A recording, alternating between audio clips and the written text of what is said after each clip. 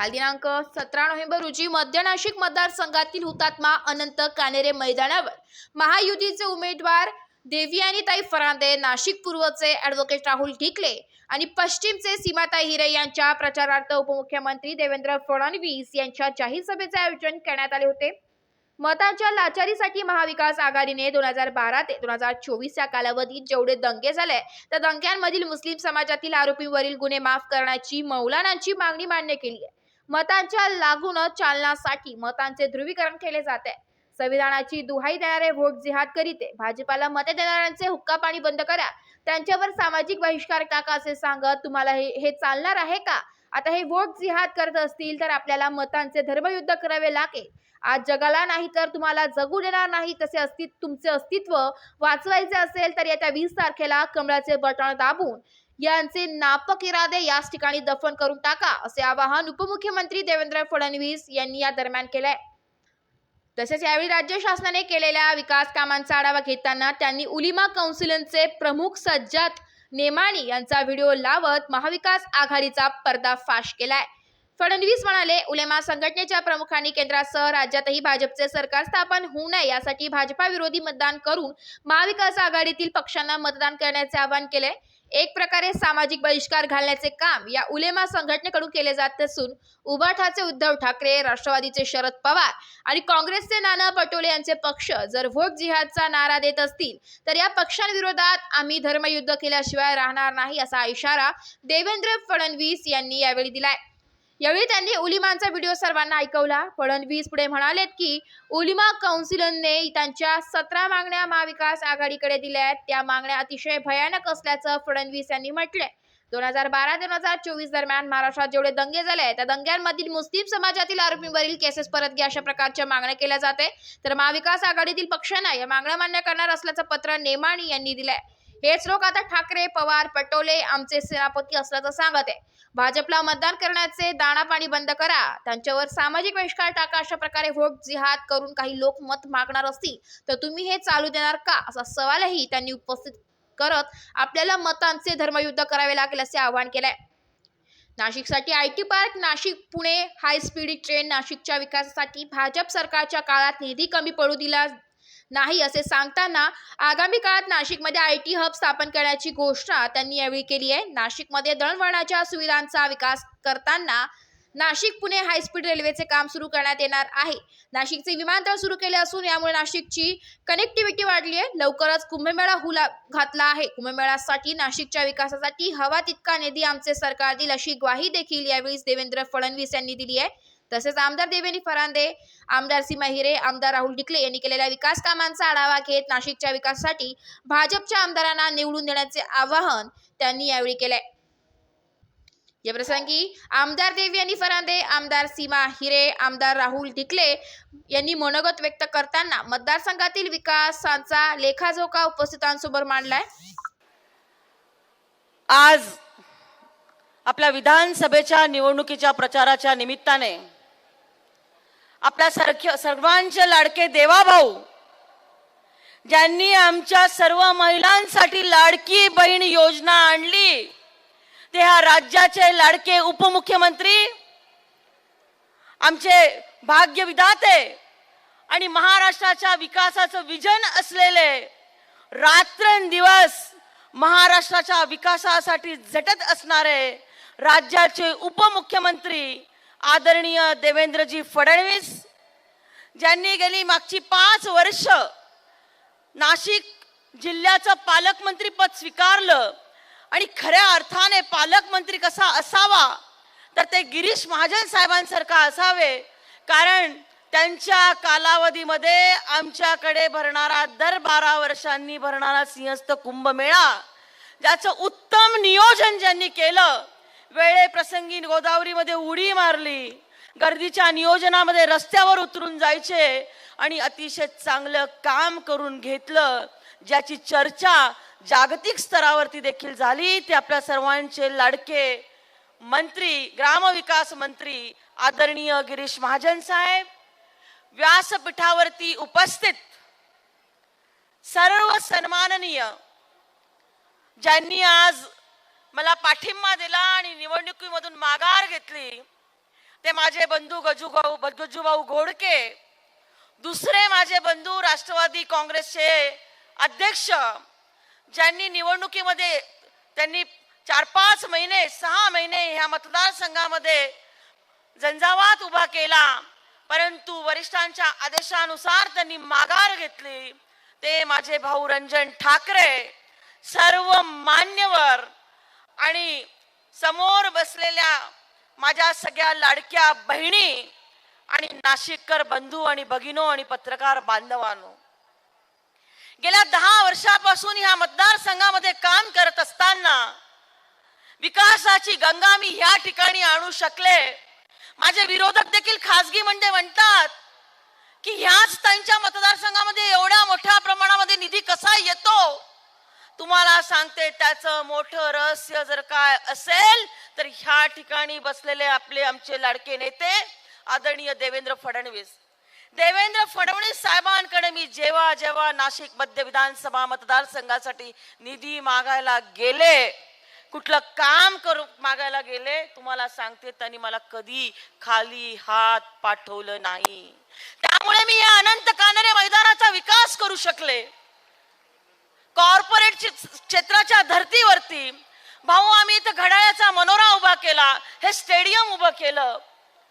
आणि अनंत कानडे ज्यांनी वयाच्या 21व्या वर्षी ह्या देशाला स्वातंत्र्य मिळण्यासाठी ज्यांना जॅक्सन वधामध्ये फाशी झाली, त्यांच्या नावाने असलेलं हे अनंत कानडे मैदान तेवढंच सुंदर असायला पाहिजे. आणि ते मी आमच्या नेते आदरणीय देवाभाऊंच्या आशीर्वादाने करू शकले. आपण बघितलं की मेळा बसस्थानक, राज्यातलं पहिलं एसी बसस्थानक, टर्मिनलच्या धर्तीवरती विमानतळावरती जेव्हा श्रीमंत प्रवास करतात तिथं सगळ्या सुविधा असतात, मग जिथं माझे जनसामान्य प्रवास करतात तिथं देखील सगळ्या सुविधा का असू नये म्हणून मेळा बसस्थानकाचं आपण काम केलं. तुम्ही बघतात की त्या ठिकाणी 4 प्लॅटफॉर्म एसी आहे. रोज 1100 गाड्या तिथून सुटतात आणि 1 लाख लोक तिथून प्रवास करतात. विचार करा किती महत्वाचा प्रश्न होता, परंतु हे काम मी राज्याचे आपले लाडके नेत्यांच्या आशीर्वादाने करू शकले. त्याच्या समोरचं सीबीएस बस स्टेशन, त्याच्यासाठी आता 10 कोटी रुपये निधी आणला. खड्डे का खड्ड्यात रस्ते का रस्त्यात खड्डे हे समजत नव्हतं, अशा ह्या बसस्थानकाची अवस्था झाली होती. आता तुम्ही बघितलं असेल की ते पाडून निवडणुकीच्या आधी नवीन बांधकामाचं काम देखील आपण सुरू केलेलं आहे. समोरचा स्वातंत्र्यवीर सावरकर जलतरण तलाव, त्याच्यासाठी 4 कोटी रुपयाचा निधी मी त्याच्या नूतनीकरणासाठी दिला. शिवसत्य क्रीडा संकुलासाठी 10 कोटी रुपयाचा निधी दिला. छत्रपती शिवाजी जलतरण तलाव, आमच्या आकाशवाणी परिसरामध्ये भाऊ आपण अतिशय कॉर्पोरेट स्टाईलचं अतिशय सुंदर असं जलतरण तलाव, तुम्हाला सांगते आचारसंहितेच्या आधी त्याचं लोकार्पण केलं. यशवंत व्यायामशाळा ज्याला 100 वर्ष झाली, आमच्या नाशिकची ओळख, मी स्वतःहून गेले आणि त्यांना सांगितलं तुम्ही सांगा, तुम्ही 100 वर्ष ही व्यायामशाळा चालवतात, तुम्हाला आमच्या सरकारकडनं काय मदत पाहिजे. तुम्हाला सांगते त्यांना 3.5 कोटी रुपये खर्च करून नवीन व्यायामशाळा बांधून दिली. आमचा जिल्हा क्रीडा संकुल ह्याची अतिशय दुरवस्था झालेली होती. छत्रपती शिवाजी महाराजांच्या नावाने असलेल्या ह्या स्टेडियमची दुरवस्था मला बघवत नव्हती. मी आमच्या नेत्यांकडनं तिथं 27 कोटी रुपयाचा निधी आणला. क्रीडा मंत्री आदरणीय गिरीश महाजन साहेब आपले आशीर्वाद त्याला मला लाभले आणि आज त्या कामाची देखील सुरुवात झालेली आहे. तीन ठिकाणी मी उद्यानं केली. अटल बिहारी वाजपेयी उद्यान केलं, जयप्रकाश छाजेड उद्यान केलं, सर्व नाशिककरांचं आवडतं प्रमोद महाजन उद्यान आता परत त्याला पूर्ण काढून त्याने नवीन काठ टाकत आहे आणि ते आमच्या बाल मुलांना सगळ्यांना खूप आवडेल. 100 खाटांचं संदर्भ रुग्णालय, तिथं आपण 100 खाटा वाढवल्या. ज्या ठिकाणी किडनी ट्रान्सप्लांटेशन असेल, निओनेटल सर्जरी असेल, अशा सगळ्या सुविधा पुढच्या कालावधीमध्ये आपल्याला मिळणार आहे. पुढच्या 3 महिन्यामध्ये त्याचं आपल्याला लोकार्पण करायचं आहे. तुम्हाला सांगते, पूर्वी असं म्हणायचे की महिलांच्या मुलींच्या जन्मावरतीच प्रश्नचिन्ह असतो, पण मला आमदार झाल्यानंतर कळलं की महिला रुग्णालयावरती देखील करत असताना त्याच्यावरती प्रश्नचिन्ह असतो. माझ्या विरोधामध्ये जे आपण त्यांचा पराभव केला 2014 मध्ये, आणि तेच आता परत माझ्या विरोधामध्ये उमेदवारी करत आहेत.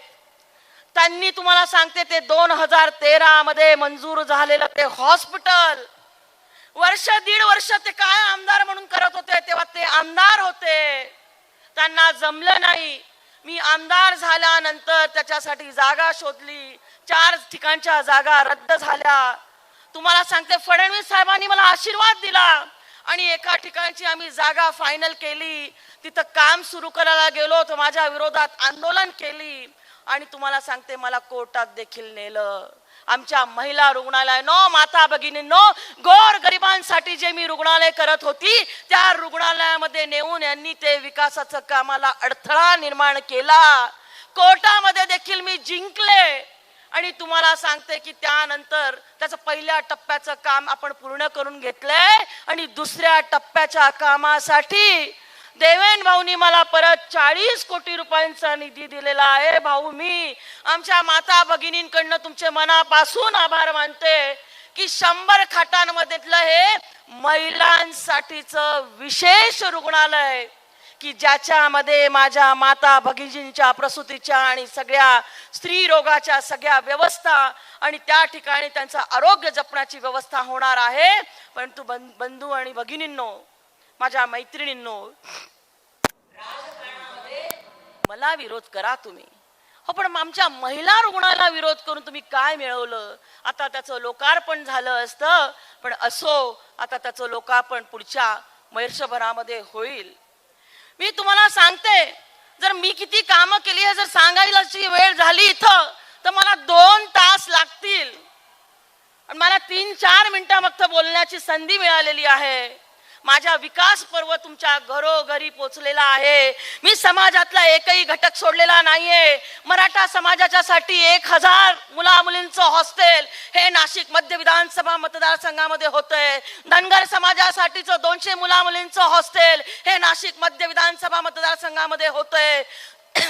गोरोबा काका कुंभारांचं मंदिर पहिलं महाराष्ट्रामधलं हे नाशिक मध्य विधानसभा मतदारसंघामध्ये होतंय. रामदास स्वामी समर्थांचं मंदिर आपण बघितलं असेल, 350 वर्ष जुनं मंदिर, ते आपण बांधून त्याचं कधीच 4 वर्षापूर्वी त्याचं लोकार्पण केलं. नाशिक, जुनं नाशिक हे आमचं मंदिरांचं गाव.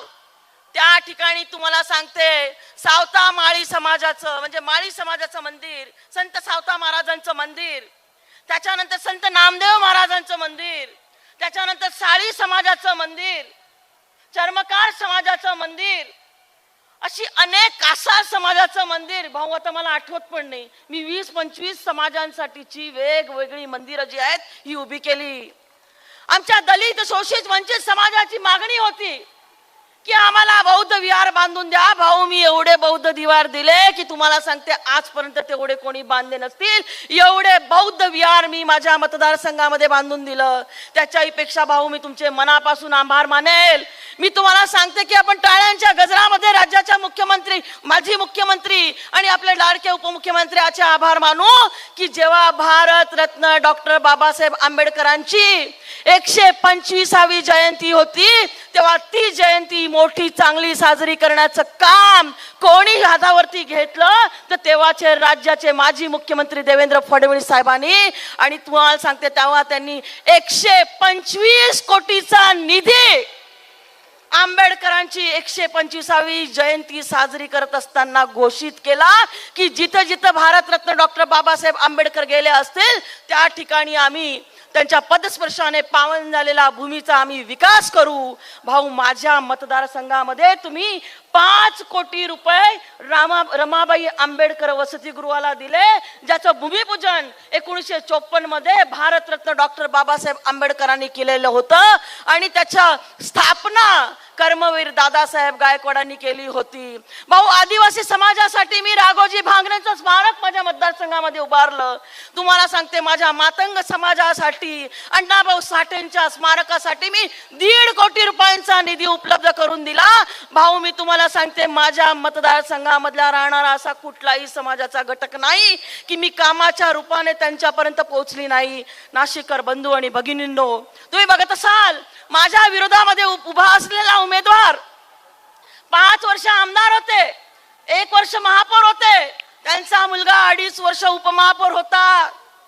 मी तुम्हाला सांगते, ह्या व्यासपीठावरून अजून 2 दिवस राहिलेत की त्यांनी त्यांच्या एवढ्या ह्या पदांच्या रूपामध्ये त्यांच्या कालावधीमधलं त्यांच्या आमदारकीच्या कालावधीमधलं एक तरी मोठं काम दाखवा. मी माझी 50 मोठी कामं दाखवेल.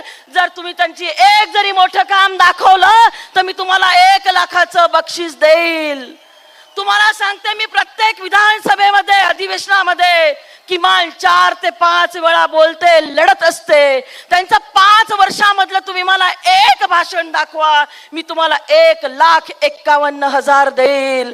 आणि तुम्हाला शेवटी सांगते की ही प्राध्यापिका अभ्यास करून तुमच्यासाठी झटत असते. अहो, त्यांनी शुद्ध मराठीमधून 4 ओळी जरी लिहून दाखवल्या तर मी तुम्हाला 11 लाखाचं बक्षीस देईल.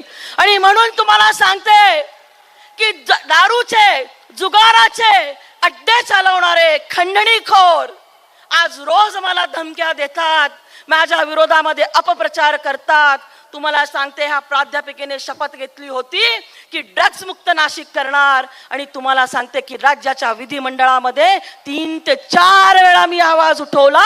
आणि मला जर त्याच्या बाबतीमध्ये आशीर्वाद कोणी दिला की नाशिकला ड्रग्ज मुक्त करण्यासाठी, तर राज्याचे लाडके मुख्यमंत्री देवेंद्र फडणवीस शेवटचे एकच वाक्य बोलते की देवेंद्र फडणवीस साहेबांसारखा नेता नाही की ड्रग्जचा मी विषय पुढे आणल्यानंतर राज्यातली सगळ्यात मोठी कारवाई.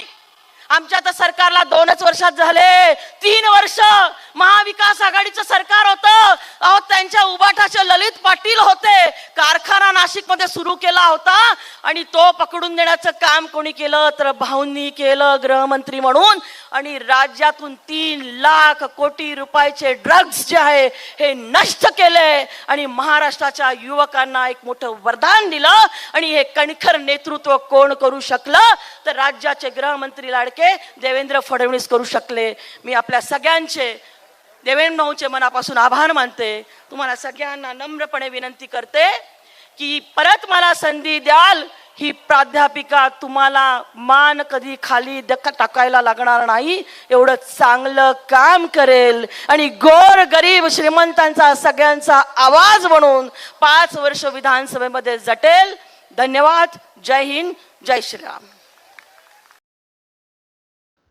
यावेळी व्यासपीठावर भाजप नेते गिरीश महाजन, लक्ष्मण सावजी, भाजप शहराध्यक्ष प्रशांत जाधव, माजी आमदार बाळासाहेब सानप, राष्ट्रवादीचे शहराध्यक्ष रंजन ठाकरे, आरपीआयचे नेते प्रकाश लोंटे आदींसह पदाधिकारी उपस्थित होते. एबी न्यूज साठी प्रतिनिधी गणेश सदाफुले, नाशिक.